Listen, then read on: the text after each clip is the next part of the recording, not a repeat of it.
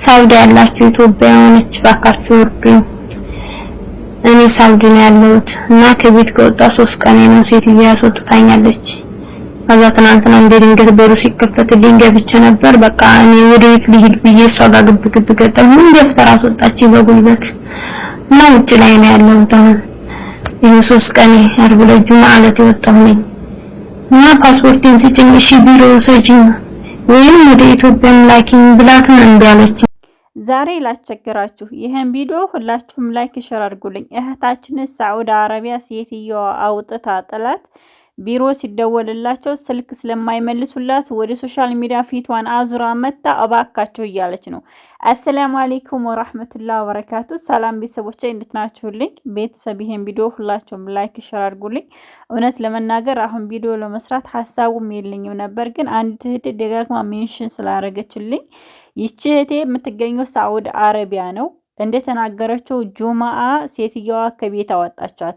ከቤት ስታስወጣት ቤቱን ስትዘጋባት ትናንትና ቤቱ ሲከፈትላት ገብታ እስከዛ ሴትዮዋ አሁንም በድጋሜ ገፍትራ መንገድ ላይ ጣለችኝ ያለች ነው። እኛ አስክሬን ለመላክ አንደኛ ነን፣ በሽተኛ ለማስታከም አንደኛ ነን። ሰው ሳይታመምና ሰው ጉዳት ሳይደርስበት ቪዲዮ ሼር አድርጉ እባካችሁ፣ ሰው እንዲደርስላት ለዚች እህታችን ይሄን ቪዲዮ በቻላችሁት መጠን ሼር አድርጉላት። አይታችኋል፣ አንዲት እህታችን በዚህ ሳምንት ሳዑዲ አረቢያ ላይ ቢሮ ውስጥ ተደብድባ ህይወቷ ያለፈው ያች እህታችን ሰው ባይደርስላትና ጉዳዋን ሰው ባይከታተልላት ነው። ይችም እህቴ እንደምታዋት ዛሬ አረቧ ብታሳድራት ነገ ምን እንደምትሆን አይታወቅም። ያውም በሳዑዲ አረቢያ ለምን እንደው አላቅም። እኔ ሌላ ዜጋዎች ይከበራሉ፣ ለምን ኢትዮጵያስ እርስ በራሳችን ነው የማንከባበረው? ለምን እንደው አላቅም። ቢያንስ ሳዑዲ አረቢያ ላይ የተቀመጠው ኤምባሲ ወይንም ደግሞ ሳዑዲ አረቢያ ላይ የተቀመጠው ሰፋራ ለምንድን ነው የዜጎችን መብት እንደ ዜጋ የማያስከብርላቸው? ሳዑዲ አረቢያ የሚሄዱ የተለያዩ አረብ ሀገር ላይ ሄደው ስንቶች እህቶቻችን ናቸው እያለቀሱ እየወደቁ ያሉት።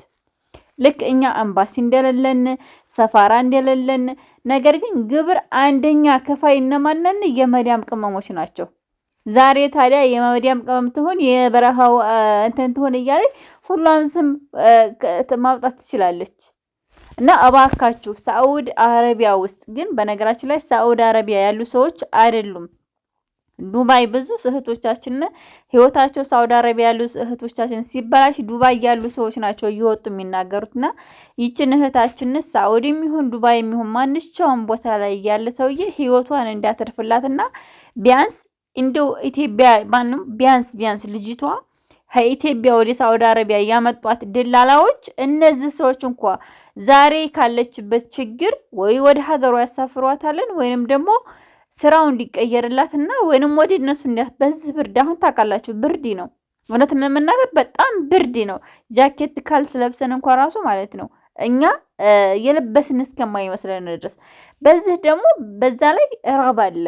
እንግዲህ በዚህ ብርድ ሰዓት ምንድነው የሰው ልጅ ቁርስና ምሳውን ካላገኘ አይደለም ቀርቶ ይሄ 2-3 ጊዜ መብላት የቅሊንጦ ነው። ወላኪን ግን ይቸታችን ዋናው ነገር አሁን ህይወቷን የምታሸጋግርበት ህይወቷን የሚያተርፍላት ሰው ትፈልጋለች። ለምን እንደሆነ አላውቅም። በቃ ሰው ሆነን ቁመና አንፈለግም፣ አንፈላለግም፣ አንጠያየቅም። ለኪን ግን ሰው ሲሞት አስክሬን ለመላኪያ ሁላችንም ከንፈራችንን እየመጠጥን ሰው ሲታመም ማስታከሚያ ሰው በህይወቱ ቆሞ ካለ የዛን ሰውዬ ነፍስ ማትረፍ ማለት ነገ የሚመጣውን አንዱን ደሃ ወይንም አንዱን ምስኪን የምታግዝ እህታችን ትሆናለች። እና በጣም ነው የሚገርመኝ ደላላዎች በቃ ጅብ ነው የሆኑት። ከኢትዮጵያስ እንደ ቀላል ነገር ብድግ አድርጋችሁ ወደ ሰው ሀገር ትልካላችሁ። ከዚህ ብር አይቀራችሁ፣ ከዛም ብር አይቀራችሁ፣ በፈለጋችሁ ቦታ ገንዘብ ታገኛላችሁ። ግን እውነት ለመናገር የእንደዚህን አይነት እህቶቻችንን ደም እንባ እያለቀሱ የምትበሉት ብር እውነት እሳቱ ነው ይብላችሁ። እህታችን ዛሬ ቢሮ ሳይኖር አቀርቶ አይደለም፣ ቢሮዎች ስልክ ስለማያነሱላትና ቢሮዎች ኢትዮጵያም እንዳትልካት ሴትዮዋ ፈቃደኛ አይደለችም። ቢያንስ እሷ አሁን በዚህ ሰዓት እሷ በስል ብትሆን ስልክ ደውላ ለፖሊስ ያለባትን ችግር መናገር ትችላለች። ግራ የሚገባኝ ነገር ግን ሳዑዲ አረቢያ ለመሄድም ሆነ ወደ ሳዑዲ አረቢያ ወደ ተለያዩ አረብ ሀገር ሲሄድ ቃኑን ይወጣል እኮ አንድ ሰራተኛ ወደ ኢትዮጵያ ወደ ሳውዲ አረቢያ ወደ ሌላ ሀገር ትሸጥ ቃኑን አለ። በዛ ቃኑን መሰረት ለምንድነው ማንሄደው? አሁን ሳውዲ አረቢያ የጠፋይ ሰራተኛ እንደዚህ ትደረጋለህ ይባላል። ከፊሏ ደግሞ እንደዚህ ክፉ ሰው ከሆነ ሳውዲ አረቢያ ያለ የወጣው ህግ ስራ መቀየር ትችላለች፣ ከፊል አፈላልጋ መቀየር ትችላለች። እስከዚህ ድረስ ይባል ነበርና ለምንድነው ታዲያ ይሄን ነገርኛ ሰርተን ማናሳያቸው? ለፖሊስ ደውላ ህይወቷን ማትረፍ ትችል ነበር። ካለችበት ችግር ኤምባሲውም እንዲጠየቅላት ወይንም ደግሞ ያመጧት ደላላዎች እንዲጠየቁላት። ግን አሁን በአሁኑ ሰዓት እርስ በርሳችን የተጨካከነ ማንም እኔ የሰውን ሀገር መንግስት አልወቅስም። የራሳችን ዜጋውን አንስቶ ወደ ስደት ሲልክ የዜጋን መብት ማስከበር ለምንድን ነው ታዲያ?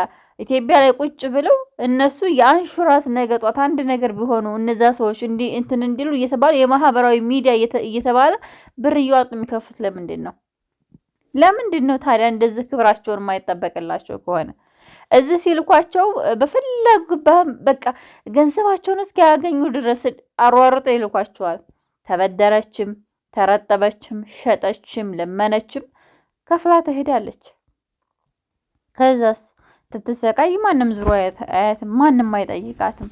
ሰው የረከሰበት ሰዓት እውነት እንደኛ የረከሰ እንደኛ የተጣለ እንደኛ የተረሳ እንደኛ የተሸጠ እንደኛ የተበላ ሰው አለ? ግን በዚች ዓለም ላይ በተለያዩ አረብ ሀገር ላይ የሚሰማው ሞተች፣ አበደች፣ ታመመች፣ ደላላ እንዲህ አደረጋት። አብሶ ዱባይ ላይ ያለ ችግር እና ለምን እንዲሁ አላቅም። በዜጋ እስከ መቼ ድረስ እንደሚነገድባቸው አላቅም።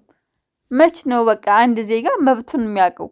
እስኪ ፊሊፒኖቹን፣ ሂንዶቹን፣ ስሪላንካዎቹን እዋቸው። እንደኛ እኮ አይደሉም።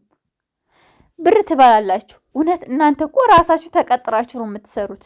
እንደ አንድ ተቀጣሪ ግን መቀጠራችሁን ረስታችሁ ሰራተኛ ሲመጣ በቃ እናንተ ራሳችሁ ተቀጣሪ እንደሆናችሁ አትርሱት። ቢሮ የምትሰሩ ሰዎች ራሳችሁ ተቀጣሪ ናችሁ። ወይ ለገንዘባችሁ ለሶደቅ አይበቃ፣ ወይ ለኸይር ነገር አይበቃ። የድሃን እንባ ብቻ የድሃን ጉልበት ትበሉታላችሁ፣ ድሃን ታስለቅሱታላችሁ።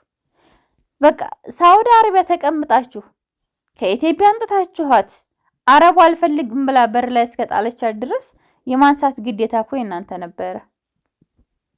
አላህ ብቻ እንደው ከእንዲህ አይነት ፈተና ይጠብቀን። እውነት ለመናገር እኔ ወላሂ ቪዲዮ ለመስራት ምንም ፍላጎት ሞራኑም የለኝ ነበረ። ግን በተደጋጋሚ አንድ እህቴ እባክሽ እህቴ እያለ ሜንሽን ስታደርግ ብቻ ቪዲዮ ለመስራት ተገደድኩ። ይሄን ቪዲዮ ላይክ ሼር አድርጉት። ለኔ አይደለም ለኔም ሼር ብታደርጉት አይጎዳኝም። ግን ልጅቷን ለማትረፍ ስንፈልግ ደግሞ እናትርፋት። በቃ የሆነ ወሬ ዛዛታ ምናምን ነገር ይሆን ስንሰማ ያን ነገር ለማድረግ በጣም እንቸኩላል። ግን ሰውን ህይወት ማትረፍ መቻል አለብን። የሰው ልጅ ሲሰራ ለራሱ ብቻ አይደለም። እኔ ገንዘብን ብቻ ከሆነ እንትን ምለው ነገ እኔ ላይ የሚደርሰው ነገር ነገ በእኔ በእህቶች ላይ የሚደርሰውን አላውቅም። እና እባካችሁ እህታችንን እንደው ለእህታችንን ስትሉ ሰው የሆናችሁ ሰዎች ይችን ቪዲዮ ሁላችሁም ሼር አድርጓት እና መልካም ማዳር ደህና አደሩልኝ።